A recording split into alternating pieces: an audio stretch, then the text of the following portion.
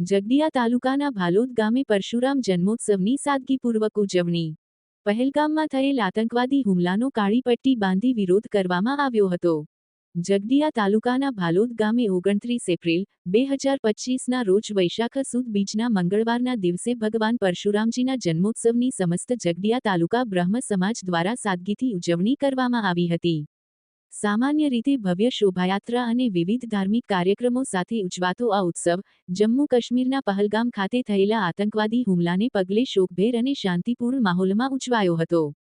આ પ્રસંગે ભાલોદ ગામના મુખ્ય બજાર ખાતે આવેલા મહાકાળી માતાના મંદિરથી મૌન રેલીનું આયોજન કરવામાં આવ્યું હતું। રેલીમાં જગદિયા તાલુકાના વિવિધ ગામોના બ્રાહ્મણ ભૂદેવો તથા બ્રહ્મ સમાજના અગ્રણીઓ વિશાળ સંખ્યામાં જોડાયા હતા। મૌન રેલી મુખ્ય માર્ગો પર સંચાલિત થઈને મોક્ષનાથ મહાદેવના મંદિરે સમાપ્ત થઈ હતી।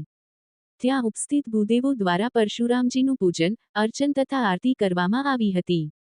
ત્યારબાદ જમ્મુ કાશ્મીરના પહલગામ વિસ્તારમાં નિર્દોષ હિન્દુ ભાઈઓ ઉપર થયેલા આતંકી હુમલામાં શહીદ થયેલા લોકો માટે શ્રદ્ધાંજલિ સભા યોજી 1 મિનિટ મૌન પાળી શોક વ્યક્ત કરવામાં આવ્યો હતો।